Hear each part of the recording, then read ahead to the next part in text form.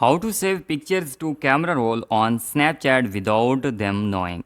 So let's begin. First, make sure that you are connected with the internet, and once connected with the internet, you need to open up your Snapchat application. From here, you need to select that image which you want to save. From this point, you will need to carefully click on the three distinct dots that you can clearly observe in the top right corner. Subsequently, you will then need to proceed to click on the option labeled Save in Chat.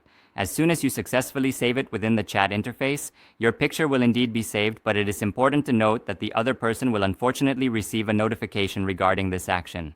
Therefore, what you should consider doing instead is to capture a screenshot directly from this very location. After taking the screenshot, you can crop the picture however you want, like from here or from there. Wherever you want to crop it, just crop it. Then you can use it wherever you need or send it to whomever you want. So that was today's video. I hope you liked it. If you did, please like this video, subscribe to our channel, and be sure to press the bell icon.